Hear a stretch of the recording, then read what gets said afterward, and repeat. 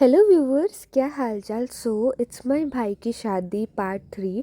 अगर पार्ट 2 और पार्ट 1 नहीं देखा है ना तो जाओ पहले जल्दी से देख लो, क्योंकि थोड़ा सा कनेक्टेड फील करोगे।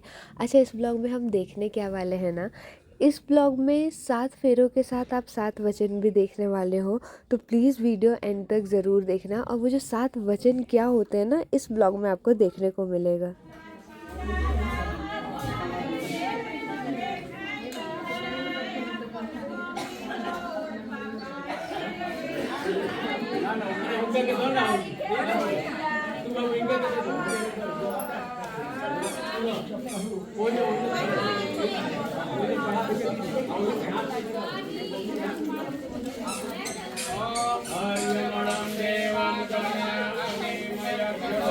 भैया आप देखिए, तो भैया आप देखिए।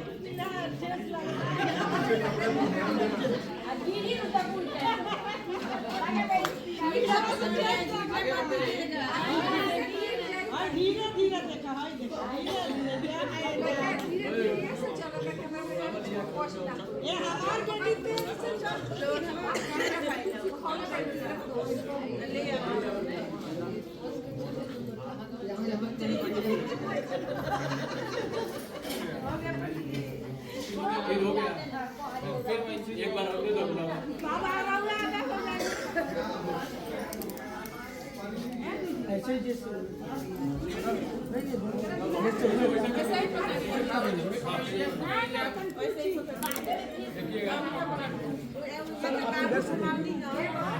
एक बार यहाँ तीनों लोग एक बार ऐसे ही देखिए देखिए देखिए सर।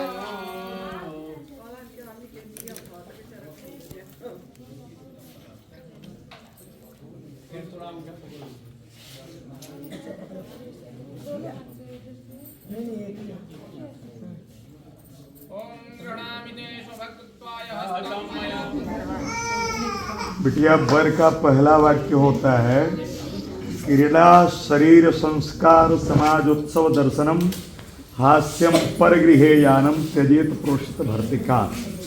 वर यही वचन मांगता है आपसे कि जब तक आपका पति घर पर रहे तब तक आप खेलें कूदें, शरीर का नाना प्रकार का संस्कार करें, श्रृंगार करें, किसी के घर जाएं आएं, समाज में उत्सव का दर्शन करें।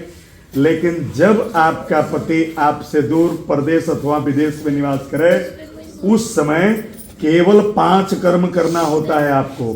सास ससुर गुरु सेवा करे हूँ, पति रुख लखी आयसु अनुसरे हूँ।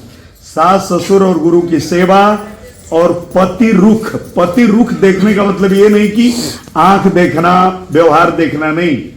पति की मर्यादा जिसमें बनी रहे, जिस पत्नी की पति मर्यादित होता है वही पत्नी जीवन भर मर्यादा में और महारानी बन के रहती है। और जो भी पत्नी अपने पति को नौकर बना के रखती है वो जन्म जन्मांतर तक नौकरानी, नौकर की पत्नी नौकरानी बन के रहती है। पति राजा तब रहता है जब पत्नी वाणी व्यवहार से पुष्ट रहती है। एक पंक्ति में इसका ये पूरा पतिव्रत धर्म है। पहला वाक्य जो है वर का, ये पूरा पतिव्रत धर्म है। सास ससुर गुरु सेवा करे हो, पति रुख लखी, मतलब हम वही कार्य करें जिसमें पति की मर्यादा बनी रहे। पति की मर्यादा रहेगी तो आपकी भी मर्यादा रहेगी। वर का दूसरा वाक्य होता है विष्णुर्वैश्वानरः साक्षी ब्राह्मण ज्ञाति बांधव पंचमम ध्रुवम आलोक्य स्वसाक्षित्व ममागतः। हे देवी, हरिश में शिव भगवान और विष्णु भगवान, कलश में वरुण देवता, कलश के आगे गोबर की गौरी और सुपारी के गणेश, ये साथ में जो मंडप में जितने उपस्थित लोग हैं ब्राह्मण देवता हैं, और गगन मंडल में ध्रुव तारा, ध्रुव तारा का दोनों लोग ध्यान कर लीजिए, ध्रुव तारा, ये सब आपके विवाह की साक्षी हैं। तो जब भी मर्यादा पूर्वक कदम बढ़ाना तो इन सब का ध्यान रखना कि ये सब हमारे इस संस्कार के साक्षी हैं। वर का तीसरा वाक्य होता है तव चित्तम मम चित्ते वाचा वाच्यम न लोपयेत व्रते में सदा देयम हृदय स्तंभरानने।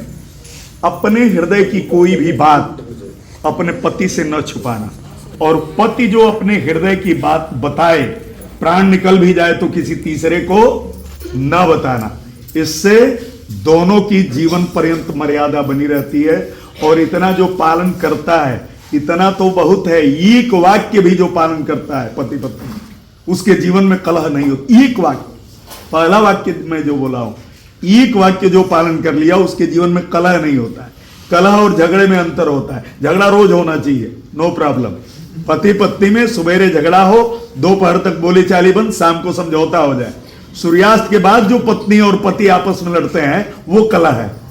उससे क्या होता है, थर्ड पार्टी की एंट्री होती है, और जहां तीसरा एंट्री किया गड़बड़। दोनों इसका ध्यान रखें कि तीसरे को कभी ये मौका नहीं देंगे कि वो आके हमको समझाए, ना उनका ऐसा ना करे के चाहिए, ना वो का ऐसा ना करे के चाहिए। ये तीसरा जब आता है तभी मामला बिगड़ता है। ठीक है, तो पति के कोई भी रहस्य की बात, अपने हृदय की बात बताए तो किसी तीसरे से शेयर न करना। वर का चौथा वाक्य होता है मम तुष्टिश्च कर्तव्या बंधुराम भक्ति राधरात। पति को संतुष्ट करते हुए बंधु बांधवों का आदर करना। आदर करने में कोई पूंजी नहीं लगती है, और आदर करने से यश बढ़ता है, पति का भी और पत्नी का भी, माता पिता का भी। बेटी जब विदा होती है तो वो अपना शरीर लेके विदा नहीं होती है, अपने पिता की पगड़ी और भाई की मूंछ लेके जाती है। उसके वाणी और व्यवहार पर निर्भर करता है कि पगड़ी और ऊंची होगी, मूछें और तनेंगी कि वो झुकेंगी। ये बिटिया के व्यवहार पर निर्भर करता है। तो मम तुष्टिश्च कर्तव्या बंधुना भक्तिरादरात्, बंधुओं का खूब आदर करना। ममाज्ञा परिपाल्य सब पतिव्रत परायणे, पति के आज्ञा का पालन करना। पांचवा और सबसे महत्वपूर्ण वाक्य होता है बिना पत्नी कथम धर्मम आश्रमाणाम प्रवर्तते। बिना पत्नी के गृहस्थ आश्रम का कोई भी धर्म संभव नहीं है। तस्मात् त्वम मम विश्वस्ता, ये विश्वस्ता शब्द जीवन की रीढ़ है।